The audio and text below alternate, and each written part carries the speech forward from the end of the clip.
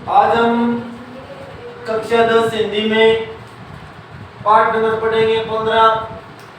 पाठ के लेखक हैं महावीर प्रसाद द्विवेदी और पाठ का नाम है स्त्री शिक्षा के विरोधी कुतर्कों का खंडन। द्विवेदी जी का जन्म 1864 में धौलपुर जिला रायबरेली कौन से राज्य में हुआ? उत्तर प्रदेश में हुआ। निधन इनका 1938 में हुआ। इनकी प्रमुख रचनाएं हैं रसज्ञ रंजन, साहित्य शिखर, साहित्य संदर्भ, अद्भुत आलाप, महिला मोद। महिला मोद है ये इनकी महिलाओं के बारे में लिखी गई एकमात्र पुस्तक है। एक इनकी संपत्ति शास्त्र पुस्तक भी है, वो धन के बारे में आर्थिक विचार है उसके अंदर। द्विवेदी जी ने हिंदी गद्य की भाषा का परिष्कार किया और व्याकरण और वर्तनी के लिए स्थिर जो नियम है वो सबसे पहले किसने बनाए थे? महावीर प्रसाद द्विवेदी ने। ये ध्यान में रखना, ठीक है। ये उनकी बहुत बड़ी बात थी क्योंकि उनसे पहले, अब देखो कै को कैसे लिखना है, खे को कैसे लिखना है, इस तरह के पहले कोई नियम नहीं थे। जैसे सरस्वती शब्द है ये कैसे लिखना है, अब इसको अगर हम स को अगर पूरा लिख दे तो कोई ये पूरा लिखेगा, कोई आधा लिखेगा, तो ये स्थिर नियम नहीं है। द्विवेदी जी ने सबसे पहले प्रत्येक जो अक्षर है शब्द है उनके लिए स्थिर नियम बना दिए कि ये शब्द ऐसे लिखना है, कै ऐसे लिखना है, खे ऐसे लिखना है। पहले कोई नियम नहीं था, ये इनकी सबसे बड़ी बात थी। व्याकरण रूप दे दिया इन्होंने। यहाँ हम जो पाठ पढ़ेंगे स्त्री शिक्षा के विरोधी कुतर्कों का खंडन, ये पाठ है वो पहली बार सितंबर 1914 में 1903 से लेकर 20 तक सरस्वती जो पत्रिका थी ये बहुत बड़ी प्रसिद्ध उसकी, उस जगह लेखक थे महावीर प्रसाद द्विवेदी। वहां पर ये किस नाम से लिखा गया था? पढ़े लिखों का पांडित्य नाम से प्रकाशित हुआ। अब इस पाठ के अंदर देखो ये निंदात्मक रूप से है स्त्री शिक्षा के विरोधी कुतर्कों का खंडन। अब देखो आजकल ही बहुत सारे ऐसे लोग हैं समाज के अंदर जो स्त्रियों को शिक्षा नहीं देना चाहते। अब पहले देखो जब भारत गुलाम था, अंग्रेजों का राज था, उससे पहले भारत में जैसे तुर्कों का राज था, उस समय स्त्रियों को पढ़ाने का कोई प्रचलन नहीं था। क्या था? जैसे पहले जितने भी महान ग्रंथ थे, जैसे रामायण किसने लिखी बताओ? महर्षि वाल्मीकि ने। महाभारत है महर्षि वेदव्यास ने। वेदों को किसने लिखा? ब्रह्मा जी ने। प्राचीन जितने भी ग्रंथ हुए सब ग्रंथों के रचयिता पुरुष है, न कि कोई स्त्री। और उनकी रचयिता स्त्री इसलिए है क्योंकि पहले स्त्री को पढ़ाया नहीं गया। उनका जीवन है वो घर की चार दीवारें तक सीमित था। बड़े राजकुल की जो लड़कियां थी वो सिर्फ थोड़ा बहुत पढ़ लिख सकती थी। अन्य जो वर्ण थे उनमें लड़कियों को पढ़ाने का कोई प्रचलन नहीं था। अब ये तो देखो अंग्रेजों की देन है कि अंग्रेज भारत के अंदर आए और उन्होंने कहा समाज के अंदर चाहे स्त्री और चाहे पुरुष हो सब समान है। उनकी बदौलत आप देखो लड़कियां भी आज राज के अंदर रही। पहले सिर्फ लड़कों को पढ़ने का अधिकार था, लड़कियों को पढ़ने का अधिकार नहीं था, क्योंकि लड़कियों का ये था सिर्फ या तो खेती बाड़ी काम करो या घर का काम करो। तो आज देखो वर्तमान युग के अंदर ऐसा कोई कार्य नहीं है जो स्त्रियां नहीं कर सकती। या फिर है चाहे कोई आरक्षण हो चाहे कोई नौकरी हो, सबके अंदर देखो महिलाओं को पुरुषों के बराबर अधिकार है। पहले देखो कोई अधिकार नहीं था।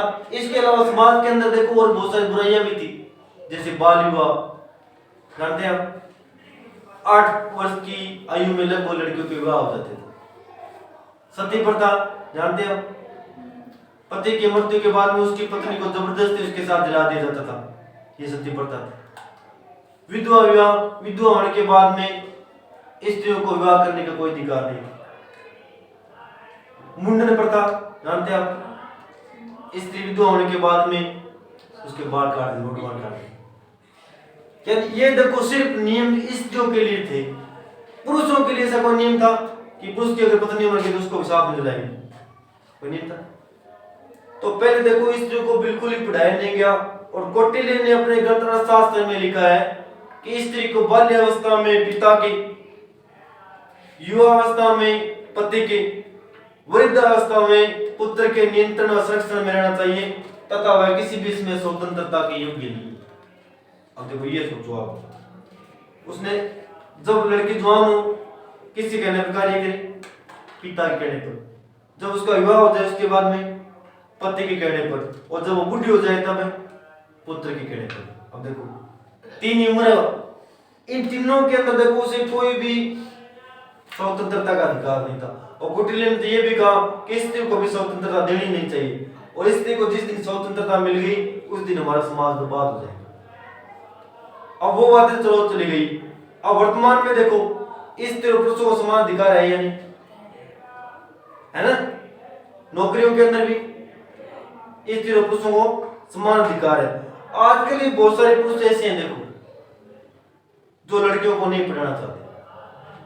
वो लोग आज भी ये मानते हैं कि अगर स्त्रियां ज्यादा पढ़ लिख गई, लड़कियां ज्यादा पढ़ लिख गई तो पुरुषों का समाज के अंदर जो वर्चस्व है वो क्या हो जाएगा, समाप्त हो जाएगा। इसलिए आजकल भी देखो बहुत सारे लोग ऐसे हैं जो लड़कियों को पढ़ाना नहीं चाहता। पहले देखो पढ़ाने का प्रचलन था ही नहीं, पर बहुत सारी राजकुमारियां थी बहुत कम जिन्होंने थोड़ी बहुत शिक्षा प्राप्त की थी। जैसे सीता, महाभारत के अंदर हम देखें द्रौपदी, इन्होंने थोड़ी बहुत शिक्षा प्राप्त की थी, बाकी और किसी ने कोई शिक्षा प्राप्त नहीं की। अब द्विवेदी जी देखो इस पाठ के अंदर मैं ये कहना चाहते हैं कि उस समय मान लो स्त्रियों को पढ़ाने का कोई प्रचलन नहीं था और नई स्त्रियों को कोई आवश्यकता थी। अब वर्तमान में देखो स्त्रियों को अगर नहीं पढ़ाए, कुछ लोग ऐसे आजकल भी है जो लड़कियों को बिल्कुल भी नहीं पढ़ाना चाहते हैं, और स्त्री की दुश्मन स्वयं स्त्री होती है, न कि पुरुष होता है। अब तो आजकल भी घर के अंदर बहुत सारी लड़कियां ऐसी जो पढ़ना चाहती हैं, लेकिन उनको उनकी मां नहीं पढ़ने देती।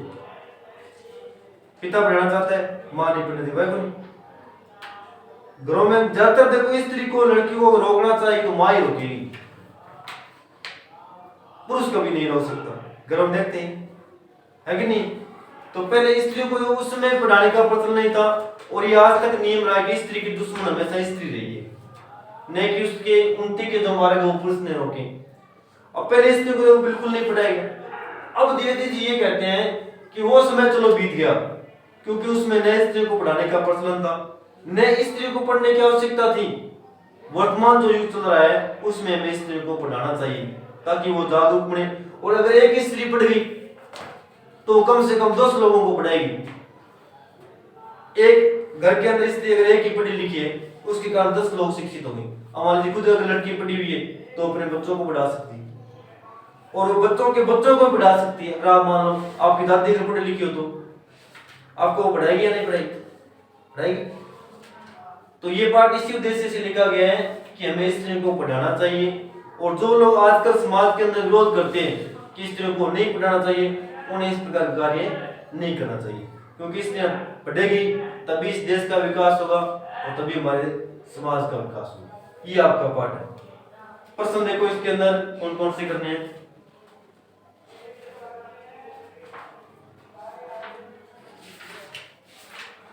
प्रश्न इसमें कर लेना 2 नंबर,